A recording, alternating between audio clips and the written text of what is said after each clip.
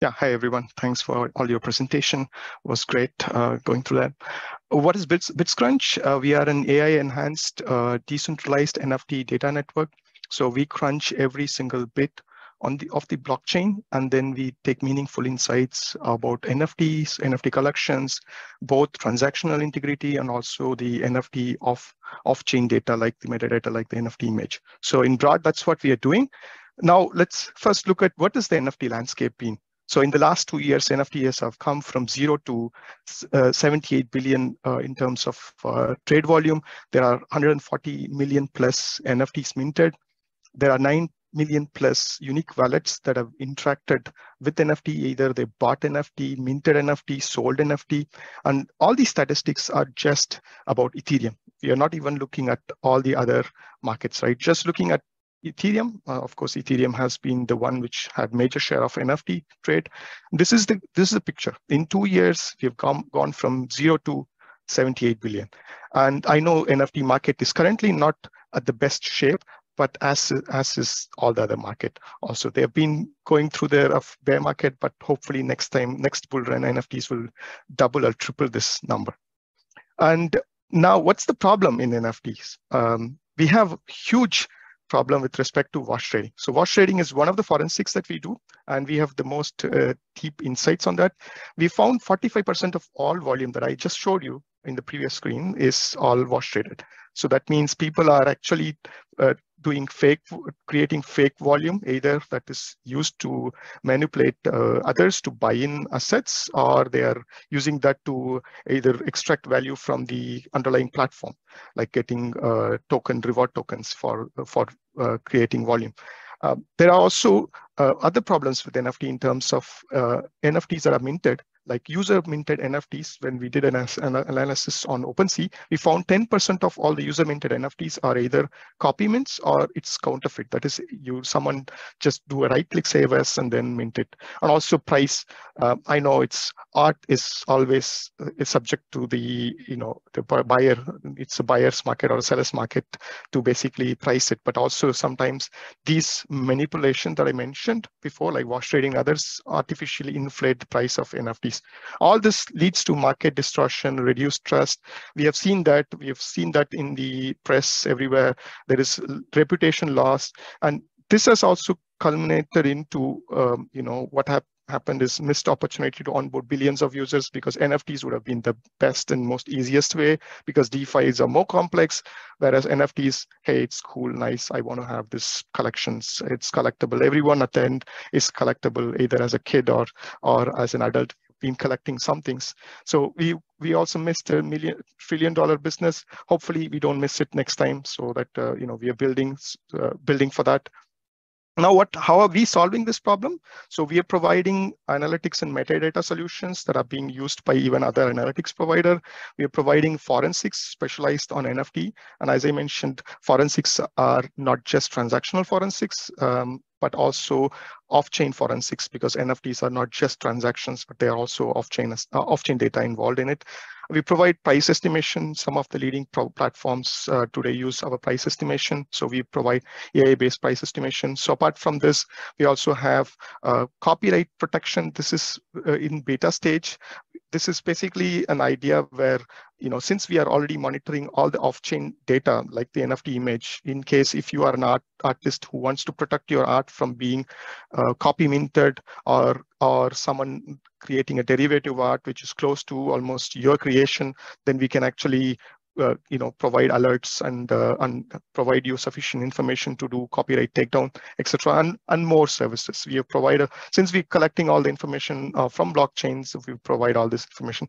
And where are right now we provide this for 4 chains. So we're indexing 4 chains: Ethereum, Polygon, Avalanche, and BNB. We are almost done with Solana, since these are the top chains where NFT sale volume has been happening. Like, these are the top 5, so we focused on them. We are also slowly extending towards others now, with Bitcoin also being quite interesting, with all the all the NFT sales happening there. So we probably will also look into them. What's our tech stack? We are an AI company, so we are not just saying this because AI is cool now. It's also because fact, 2 years since more than 2 years, we've been building everything on AI stack. Big data, obviously, since we are all we are collecting huge volume of data, terabytes of information flow, and all the other topics that probably many of you are also working on. In terms of our business model and growth, since we are working on NFT data and since we are collecting all data, we have quite a big target group, but we wanted to focus on and prioritize on certain areas. So that's what you see on the 1, 2, 3. So we started with marketplace, lending protocol, and other analytics provider who are using our products. So like DAppRadar, Blockbrain, these people they are using our product. And also after this, which we already started is working on the trader side, which is more towards also B2C side. It's B2C, it's still beta, not in live yet. And then also financial institutions. So there we are actually working with quite a lot of financial institutions. So we are working with MasterCard, we are working with PwC, KPMG, EY, and also Deloitte. So not all of at the same maturity level. With MasterCard, we've been working with them for a year now, but with others, it's quite early stage progressions happening. So far on the B2B side, which is a subscription-based model, we have 50 plus customers, and Unstoppable Domain is the latest to join this, and there are also partners that we are working with, like Chainlink, QuickNode, NowNodes, Cointelegraph is our media partner. They also consume our data. And of course, building a solution in Web3 without the community is no-go. So we are also building a strong community. We have just increased our community to 100K plus across Twitter, Discord, and Telegram. In terms of a success story, DAppRadar is one of our key success stories. So again, we thought they are a competitor before they became a customer. So they started using our price estimation, AI-based price estimation solution, and from providing a small subset of price estimation, they went in and now provide about 50 million tokens that they're consuming. But of course, we actually support more than that. Even the numbers here is outdated. We are right now supporting about 100 million tokens, price estimation for 100 million tokens, and they've also seen a substantial increase in the accuracy of these estimations. And we started with one feature for price estimation. Now we already expanded. They are already using our wash trading analytics, revenue, royalty revenue feature. We are also bringing gaming analytics. Gaming analytics is something that no other player that is coming actually from the gaming projects themselves is providing this. Even gaming platforms, onboarding platforms, growth platforms, they are basically looking at integrating our solutions into them, and same thing with DAppRadar. In terms of competitor analysis, I know no one else showed competitor analysis, so I kind of maybe getting some slack for this. But in case of what we are doing, if you look at purely on the NFT forensics side, I know we already heard from Merkle Science, they are also doing. So we also had an initial discussion, not with Ian, but with another colleague from their team to see opportunity to work together. But in terms of coverage with respect to NFTs on the forensics side, we have the most depth compared to any other player in the market. And I put especially Nansen, Dune, NFT Go, chain analysis here, because I will quickly show you guys a demo. We have aspects of all of these in built.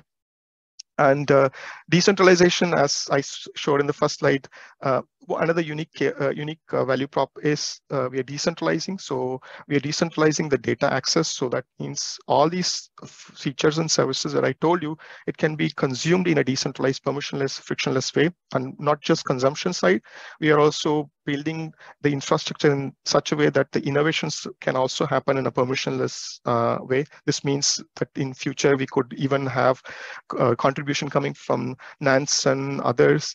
That way, we all actually talked to Nansen once. So we're trying to figure out how do we bring them on board. So that in a decentralized ecosystem, we all work together, participate together to make sure that the NFT space is safe and secure for the billion user adoption adoption.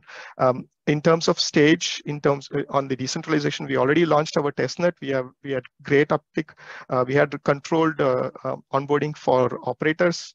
We had 50 as a goal, but we had to actually extend it to 55 because there were some big players coming in. So this 55 includes some of the top node operators in the world. So some of them have $1 billion plus TVL. And we launched it in June, and in July we launched a testnet task for retail users, and 22K users right now connected their wallet and doing the testing, basically testing the data consuming from the network. And now our mainnet is planned for Q4. In terms of high-level strategy and roadmap, a brief here. So we want to scale in terms of adoption, in terms of number of users and number of queries that are being consumed from the network. And as a team, we have a quite diverse team, and also we have 30 plus members and situated across 3 different continents. So we are spread over. We don't actually have a big office space. Most of it is all remote working. And also most of us are data expert, product building knowledge. We bring in 25 plus years of pure data science experience. So that's basically underlying factor that we are building on. And also our backers so far, including HashKey.